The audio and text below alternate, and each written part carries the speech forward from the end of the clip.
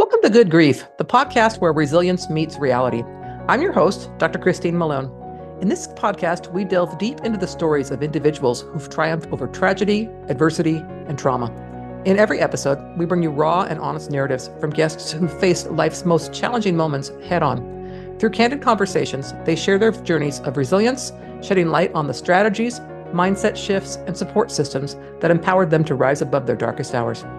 Join us as we explore the profound depths of human resilience and discover how, even in the face of life's toughest trials, there can be light, growth, and yes, good grief.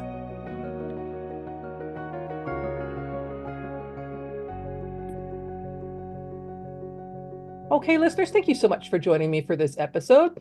My guest today is Dr. Shannon Wood, and she is going to talk about a story from her childhood. Shannon advocates for individuals with disabilities for the past 14 years, having a tremendous impact, supporting those individuals in improving their quality of life, pursuing their dreams, and finding joy and becoming contributing members of society. So Shannon's also, she's a daughter, a sister, an aunt, a mother, a wife, and a friend. And I'm very excited to talk to you today, Shannon. So if you would like to, is there anything about yourself you'd like to share that I didn't include in my little intro there? No, I think you hit everything. Thanks for having me. Absolutely. So I know your story that you wanted to share with us is about your mom. So if you want to just kind of take it from there and tell us what it is that, what is the story, and then we can kind of talk about how you've dealt with it. Gotcha. So I would say that the story with my mom is complicated. Um, she, at the age of 7 for me, there was some legal trouble and the drugs and alcohol that she was using kind of caused our path as children to change. We grew up in a house where my grandmother was present, and there was a lot of family that lived there in my grandmother's house. In 94, my grandmother got sick. She had cancer. And so on Christmas Day of 94, she passed away. Um, that caused us to have to, because although my mom was there in the house, when things were unstable with my mom, grandmother always stepped in to ensure that me and my brothers were okay. So that caused a shift for us in our life. During the period in which my grandmother got sick, my cousin, biologically, my mom's oldest sister daughter, came back home from Hartsville, South Carolina.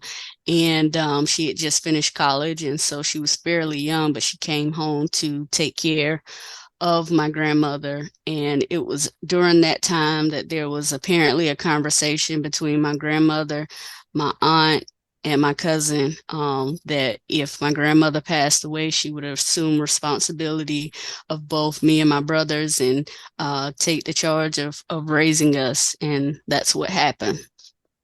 Gotcha. So how old were you when your grandmother passed? 7. Oh, you were 7. Okay. Okay. So yeah, you were still pretty young. So did you then live with the aunt and her family, or how did that proceed after grandma died? So after grandma died and they cleared out the house, there was a couple of court dates that my cousin and my mom had to appear for. We were not involved, of course, in that process, but there were people from like DSS that would come to the school to talk with both my brothers and I, to kind of gauge from our perspective what the home life was like. And so from whatever they were able to capture, they made a decision to make my cousin our legal guardian. Okay. So you three were able to, or you and your brothers were able to stay together. Yes. That's awesome. That's awesome. So how were things different staying with the cousin as they were with the grandma? Was your mom still staying with you then too, or had she gone somewhere else? So it was different because nobody took the time to explain to us what was, well, to me. My brothers may have gotten an explanation being that they were older. I'm the youngest. Um, and so nobody took the time to explain what was going on. And it was a very confusing time because I went from, a point of being used to my mom being in the hallway when I got out of school. We would either walk home or ride home together, to that all of a sudden changing. And like I said, nobody explained it to us. My cousin, like I said, she was fairly young. And so that was a lot of responsibility for her, first having to move back to, back home to assume those responsibilities, but then to look for work and, still handle all of the things related to my grandmother, even after she passed. So it was a challenging time for her. And I remember during that time, the first probably couple of months or so, like I just didn't have words. It took a long time to get comfortable with the change, like I said, because no one explained what was going on. It took some time to, get adjusted to her being in our life. It wasn't that it was bad, it was different.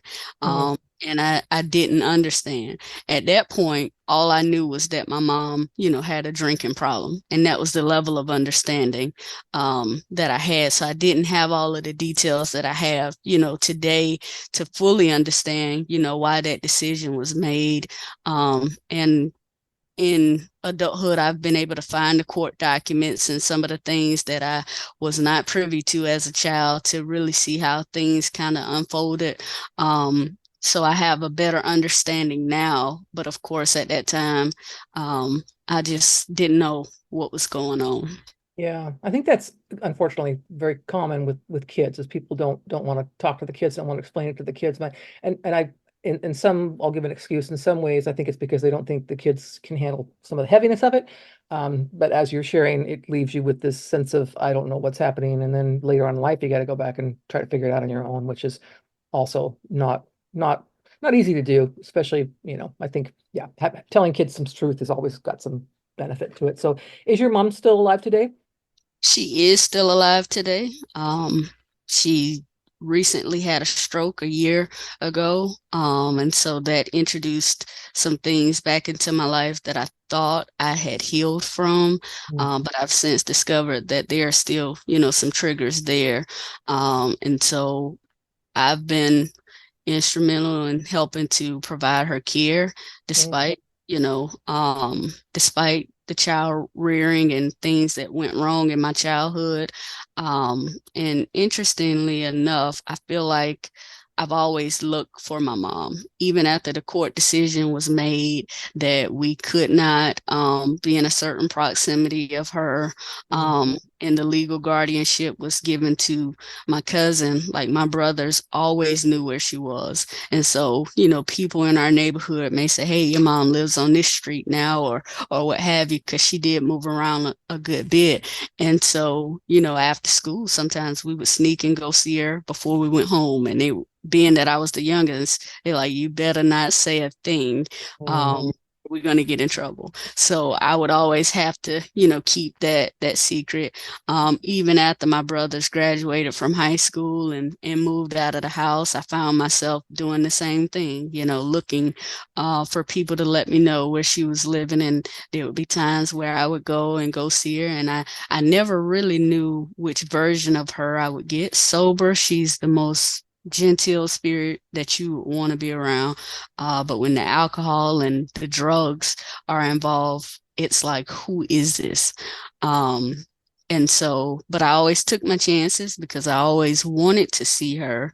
And so that was just something that I kept as a secret up until the point where I graduated high school. And you didn't have to get permission from anyone to do so. So, Right. yeah.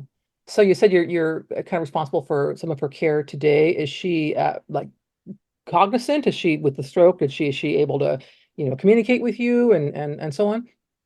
Communication is very limited Oh. at this point now, and that's just how it's progressed since she had the stroke. At first, she was a little more cognizant than she is now, but things have kind of declined over time.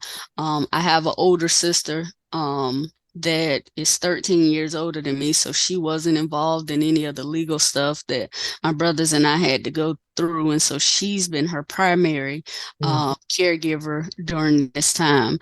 My mom has actually been living with her for the past 17 years. Oh, okay. Yeah, so naturally when the stroke occurred, like she assumed those responsibilities.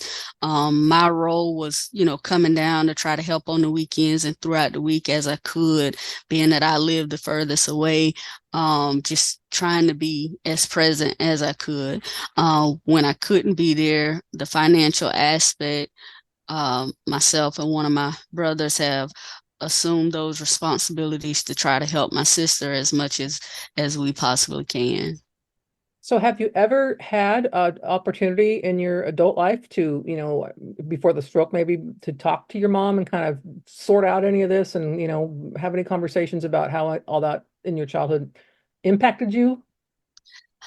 No, I haven't. And it's not because I didn't try. I remember at some point in my college years as an undergrad, I, wrote her a letter just telling her like, hey, I forgive you for everything that's happened. I really just want a relationship. Um, and I never got a letter, back. Even the times where I would go see her, conversation was always limited and on the surface, just the basics, hey, how you doing type.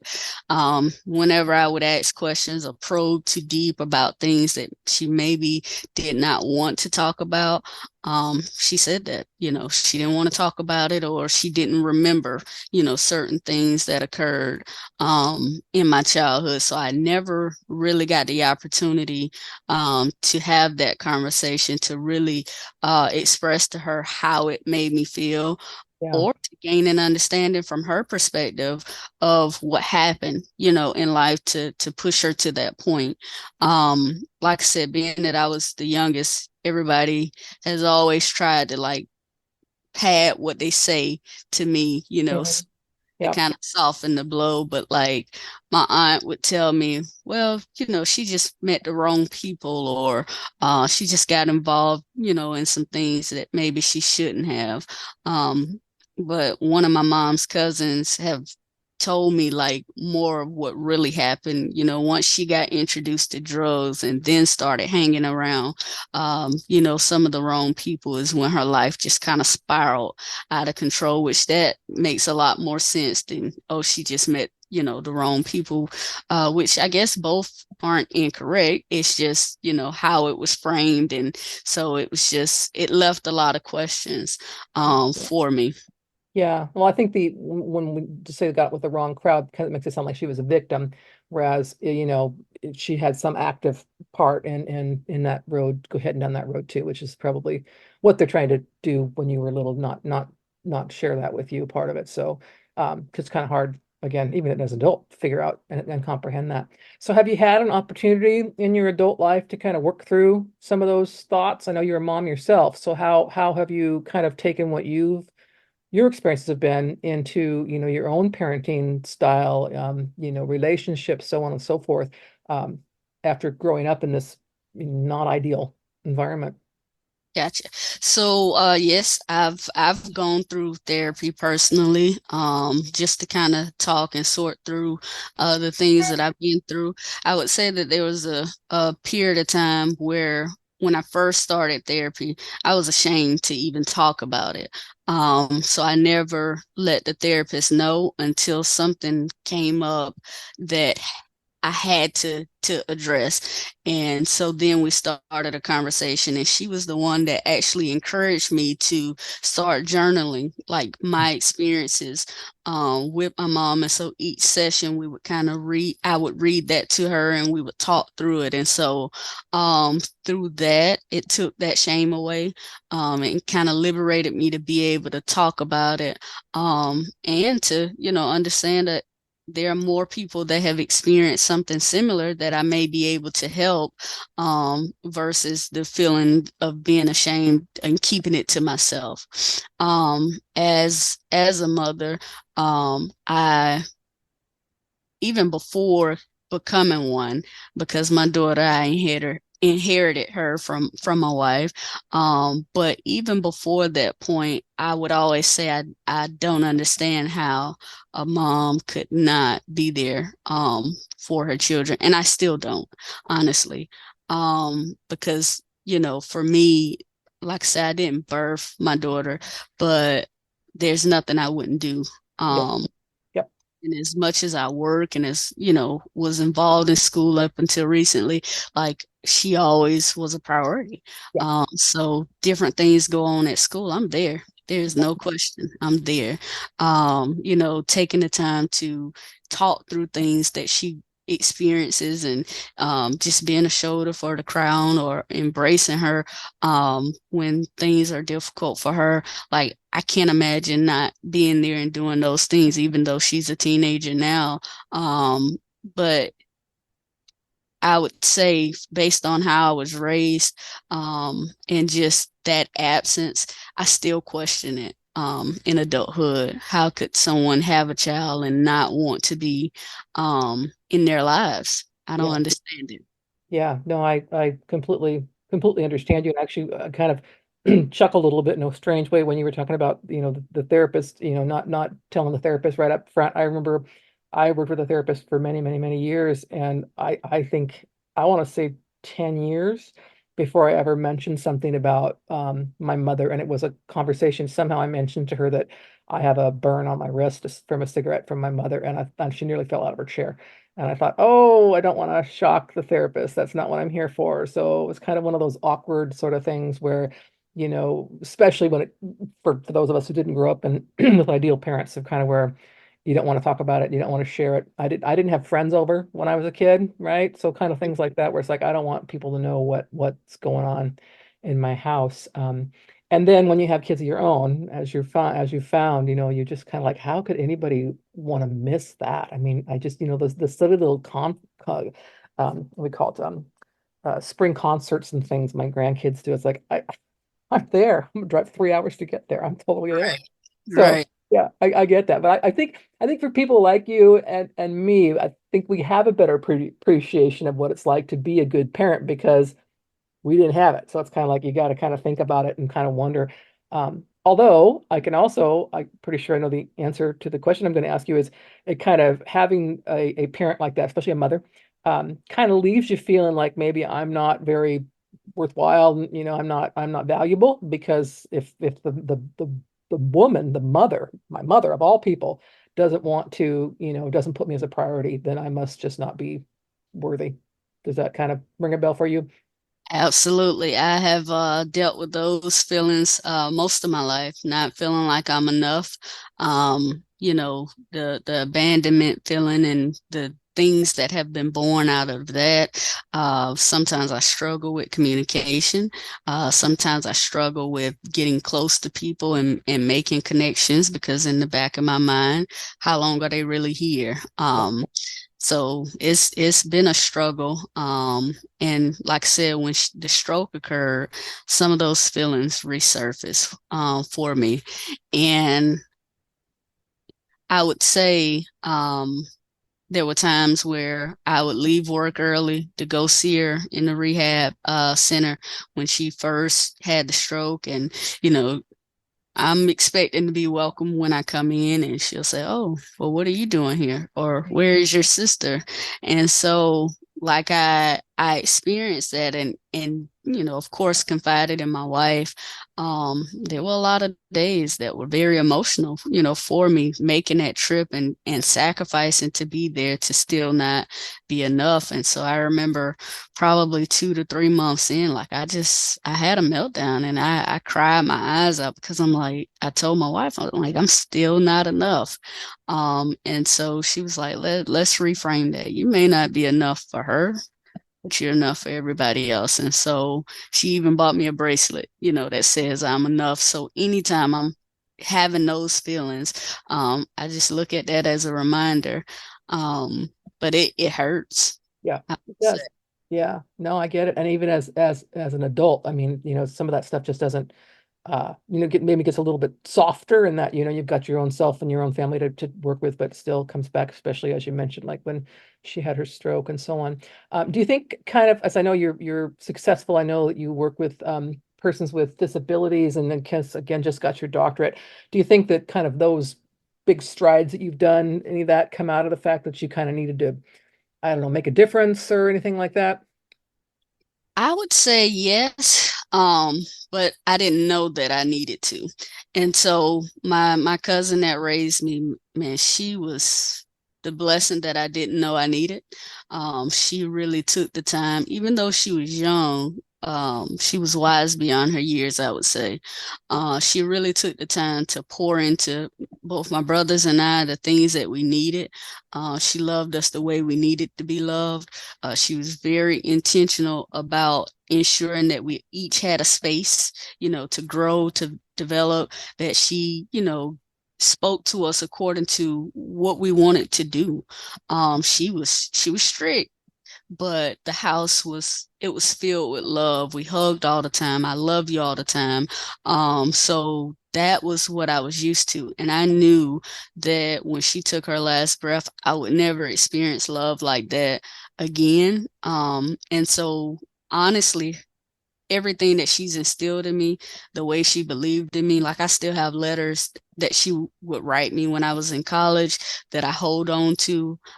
She introduced me to God, and that's been a game changer because I do not know where I would be without him.